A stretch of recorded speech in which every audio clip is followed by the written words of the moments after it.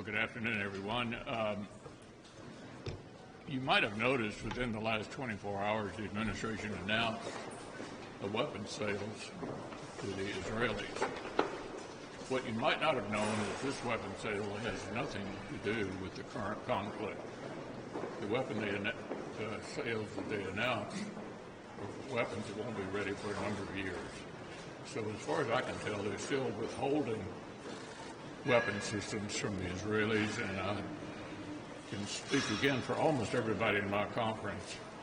We don't think we ought to be telling a Democratic ally when to have an election or how to conduct a military conflict on their borders. So don't take this announcement last night seriously, because it has nothing to do with the current conflict.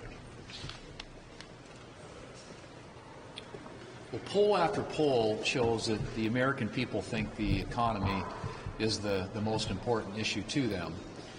And more importantly, that Bidenomics has made their financial situation worse. 80% of Americans say that inflation is the biggest or one of the biggest financial issues that they are dealing with, and a majority of Americans say that they are worse off financially under the Biden administration policies, or what we know as Bidenflation. And so if you think about this next election, what people are going to be talking about, what they care about, I think that's going to be front and center for most Americans. In fact, it's $1,000 more per month just to maintain the same cost of living that people had when President Biden took office. And so, of course, Republicans believe that the best way to get growth in the economy, keep inflation under control, are through good pro-growth economic policies, less spending, less regulations, and that's the very opposite of what the Biden administration has put forward. And so we're going to continue to highlight the differences between this administration's policies, and clearly the people are feeling it in their pocketbooks on a daily basis. It's 19.9%, the cumulative inflation rate since President Biden took office. And if you look at just groceries, over 21% more people are paying out of their pockets since this president took office. This is a major issue for the American people, and one for which the Biden administration is going to have an answer, and clearly they don't. Well, Joe Biden and the Democrats are terrified because they know they're going to be held accountable for the results in this country and the damage done by illegal immigrants who are here. And the Democrats know they're going to have to pay the price come November elections. So let's start with what happened on Joe Biden's first day in office. He signed his first of 94 executive actions throwing open the border. And then Democrats in the House and the Senate aggressively rolled back the rules that had worked in a previous administration to keep us safe, keep our borders secure. So today, every Democrat in the House and in the Senate is responsible for the drugs, the death, and the destruction that we're facing as a result of illegal immigrants.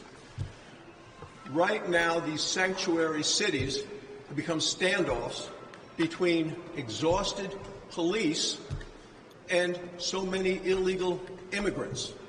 And the illegal immigrants in Denver, a sanctuary city, don't even want to go into the free housing areas that are set up for them, the shelters, unless a list of 13 different demands are met. You cannot make this up. It's not just enough that they want free 3 meals a day. No, they want them with culturally specific foods. It's not enough for free doctors and free lawyers. No, they want specific specialists. So what's the Democrats going to do about this in Denver? Oh, they have some plans. They're going to have to pay for this. So they're going to defund the police to the tune of $8.5 million. Well, that's not enough. What else are they going to do? Well, they're going to defund the fire department for $2.5 million.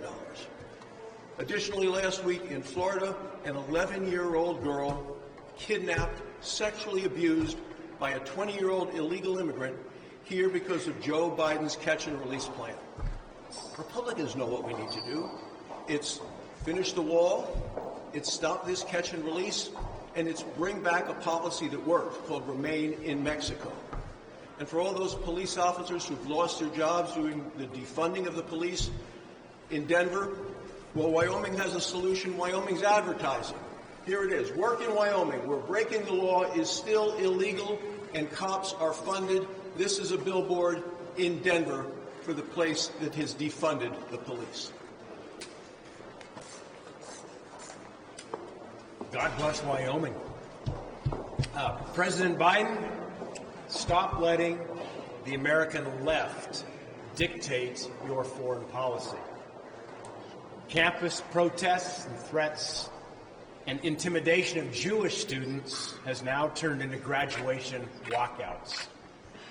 This weekend we saw walkouts. We saw demonstrations at Duke, Virginia Commonwealth, the University of North Carolina, among others, all in protest of our support of Israel. And while Israel is worried about its own security, Biden is worried about his election. So what does President Biden do? He imposes a de facto arms embargo, not on Iran, the world's leading state sponsor of terror, but on Israel. Why would President Biden give sanctions relief to Iran and clamp down on our ally Israel? I'll tell you why, because he's scared of his base. He's scared of the pro-Hamas protesters on campuses and in places like Dearborn, Michigan. These folks might as well be the shadow National Security Council. They are running American foreign policy in the White House. Mr. President, letting pro-Hamas protesters dictate your foreign policy is very dangerous. And it's not just President Biden, it's Senate Democrats as well. In fact, Senator Cotton has a bill that would force the Biden administration to send these weapons to Israel, and yet not a single Democrat senator supports it.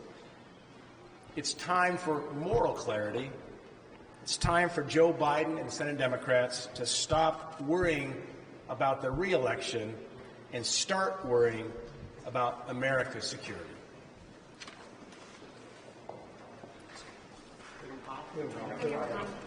The Speaker was at New York yesterday saying that the former president's trial is a sham of a trial, a travesty of justice, and was done intentionally to keep him there. Do you agree with the Speaker? Tries every week, doesn't he? Look, I've made it clear I'm going to focus on getting the Senate majority back, and I think we've taken a big step toward that yesterday in West Virginia, and I'll be happy to take another question. Leader McConnell, the Republican group One Nation is putting $70 million into Senate races, Senate battlegrounds, but not Maryland. Where do you think Maryland ranks on the list of likely Republican pickups, and do you think Republicans need to put more money into that race? Well, as you know, that's an outside group. I recommend you call them for comment. Leader McConnell. Burgess? Yeah, if Senator Menendez is convicted at his trial, do you think the Senate should move to expel him? I'm sorry, I couldn't hear your question. Should Senator Menendez be expelled if he's convicted at his trial?